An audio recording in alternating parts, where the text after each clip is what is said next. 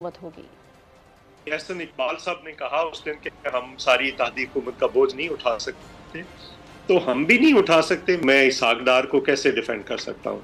मियां नवाज शरीफ भी कहें कि जिस मिनिस्टर ने परफॉर्म नहीं किया, अगर प्राइम मिनिस्टर ने नहीं किया या मिनिस्टर ने नहीं किया, मैं उसको नहीं लूंगा। तो फिर बताए ना, फिर कौन सा वजीर है जो उनका रह जाएगा? किस वजीर ने काम किया, क्या काम किया? सिर्फ मोटरवेज बनाना तो परफॉर्मेंस नहीं है। मोटरवे का तरक्की के साथ क्या ताल्लुक है?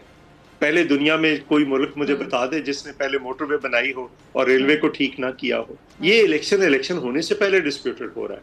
हम तो मुकाबला कर रहे हैं उनका, तो वो क्यों डर रहे हैं इलेक्शन से? आप एक बंदे को फील्ड पकड़ा दें और दूसरे को लेवल भी ना दें तो फिर वो क्या करेगा? हम समझते हैं कि ये गलत हो रहा है। ये इलेक्शंस अगर फेयर एंड फ्री ना हुए, उसके नतीजे में अगर आप किसी को लाकर 2/3 अक्सरियत से बिठा भी दें तो उसकी लेजिटिमेसी क्या रह जाएगी? आगे कोई मखलूत हुकूमत इमरान देखते हैं खान की आप? देखिए, मेरा ख्याल है कि अगर इलेक्शंस फेयर एंड फ्री भी हो तो फिर भी गवर्नमेंट तो मखलूत ही होगी। किस किस की होगी ये अभी कहना काबिल-ए-ज़बान। सुप्रीम जुडिशल काउंसिल ने